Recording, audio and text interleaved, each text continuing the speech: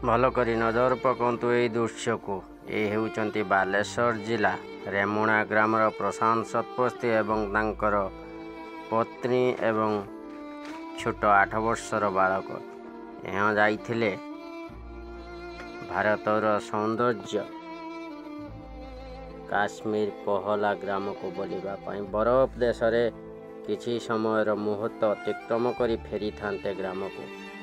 କିଏ ବା ଜାଣିଛି ଏମିତି ସୁଖର ଛାୟା ଖେଳିଯିବ, ଜହ୍ଲାଦ ହାତରେ ଜୀବନ ଚାଲିଯିବ। ଆଜ୍ଞା, ଏ ଛାତି ଥରା ଦୃଶ୍ୟକୁ ଥରେ ଭଲ ଭାବରେ ଦେଖି ନିଅନ୍ତୁ।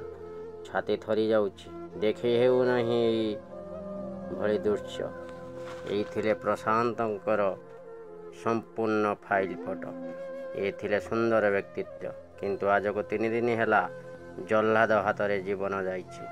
ଏ ଆଜ୍ଞା କେଉଁଠି ନୁହେଁ, କାଶ୍ମୀର ନଗରରେ ଘଟିଛି ଏମିତି ଘଟଣା, ଯେଉଁଠି ଧର୍ମକୁ ନେଇ ସନ୍ତ୍ରାସବାଦମାନେ କରିଛନ୍ତି ଏମିତି ଆତଙ୍କ।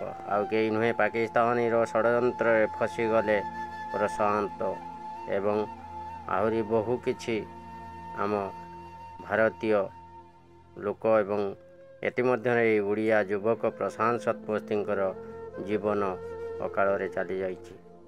ତ ବହୁ ଖୁସିରେ 20 ତାରିଖ ରାତିରେ ବାହାରିଥିଲେ ସେଇ ପାହଲା ଗ୍ରାମକୁ ପତ୍ନୀଙ୍କ ସହିତ ଏବଂ ଛୋଟିଆ ବାଳକ 8 ବର୍ଷର ବାଳକକୁ ନେଇ ବୁଲିବା ପାଇଁ ବାହାରିଥିଲେ। କିନ୍ତୁ ବୁଲିବାଟା ହେଲା ତାଙ୍କ ପାଇଁ କାଳ ଏବଂ ସାଜିଥିଲା ଏଇ ଜହ୍ଲାଦ ମଣିଷ ରୂପୀ ରାକ୍ଷସ। ଗଣତନ୍ତ୍ରକୁ ଯିଏ ହତ୍ୟା କରୁଛି, ଓଡ଼ିଆକୁ ବାଛି ବାଛି ମାରିଛି, ଏଇ ସେଇ କାଳ ରାକ୍ଷସ। ତାର ପ୍ରତିଶୋଧ ନେବେ ଭାରତୀୟ ସୈନିକମାନେ। ଘରେ ଘରେ ପଶି ତମକୁ ମାରିବେ, ଅପେକ୍ଷା କର ପାକିସ୍ତାନ ମାନେ।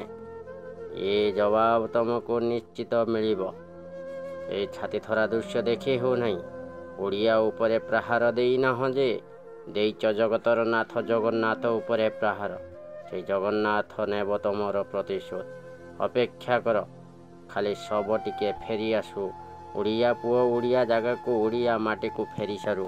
ପ୍ରତିଶୋଧ ନେବେ ପ୍ରଧାନମନ୍ତ୍ରୀ ନରେନ୍ଦ୍ର ମୋଦି।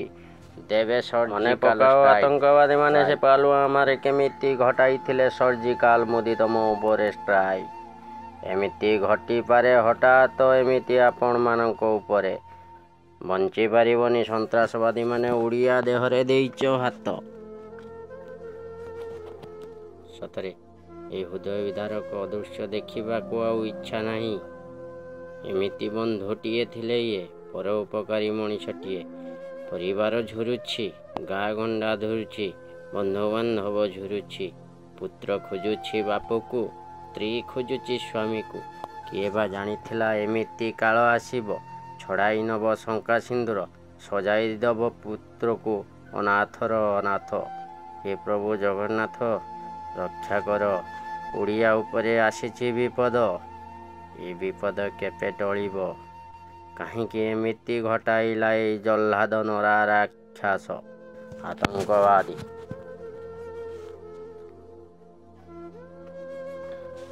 ମରଣ କାଳେ ବିପରୀତ ବୁଦ୍ଧି ଦେଖାଦେଇଛି ଏ ଆତଙ୍କବାଦୀକୁ। ଏ ଆତଙ୍କବାଦୀ ହେଉଛନ୍ତି ପାକିସ୍ତାନୀ ଗୁଇନ୍ଦା। ଏଇମାନେ ଆସିଥିଲେ ପୋଲିସ ବେଶରେ ଏବଂ ମାରିଥିଲେ ଆମର ଓଡ଼ିଆ ପୁଅ ପ୍ରଶାନ୍ତ ଶତପଥୀକୁ ଏବଂ ଛଡ଼ାଇ ନେଇଥିଲା ଗୋଟେ ପୁଅ କତରୁ ତାର ବାପକୁ, ଗୋଟେ ସ୍ତ୍ରୀ କତରୁ ତାର ସ୍ୱାମୀକୁ ଏବଂ ଦେଖେଇଛି ତାର ଦମଦମା। ଦେଖେଇବେ ଆମ ଆର୍ମି ମଧ୍ୟ ତମକୁ ଦମଦମା। ତମ ଘରେ ପଶି ପିଟିବେ। ଅପେକ୍ଷା କର ପାକିସ୍ତାନୀ, ଆଉ ସମୟ ନାହିଁ। ଆଜି ରାତି ସୁଦ୍ଧା ତମେ ଯିବ ବେକାର ହୋଇ, ରହିପାରିବନି ତମମାନେ। ହେ ପ୍ରଭୁ କାଳିଆ ଶାନ୍ତ ରକ୍ଷା କର।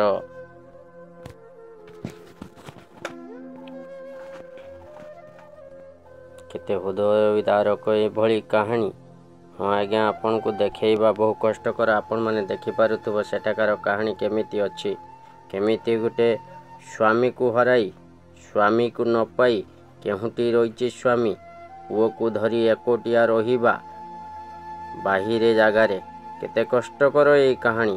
ତ କିଏ ବା ଜାଣିଛି, ସେଠି ଯିଏ ବା ଥିବ ସେ ଜାଣିଥିବ ଏ ଦୁଃଖ କେତେ, ଏ ଦୁଃଖ ଭରା କୋହ କେତେ, ଏ ଦୁଃଖ କଷ୍ଟ କେତେ। ଆମେ କେବଳ ଦେଖୁଛନ୍ତି ସ୍କ୍ରିନ୍ ମାଧ୍ୟମରେ। ସ୍କ୍ରିନ୍ରେ କ'ଣ ବା ଜାଣିବା? ଗଲେ ଫେରିଲେ ଆସିଲେ ଓଡ଼ିଆ ପୁଅ ଜାଣିବା ସବୁ କଥା।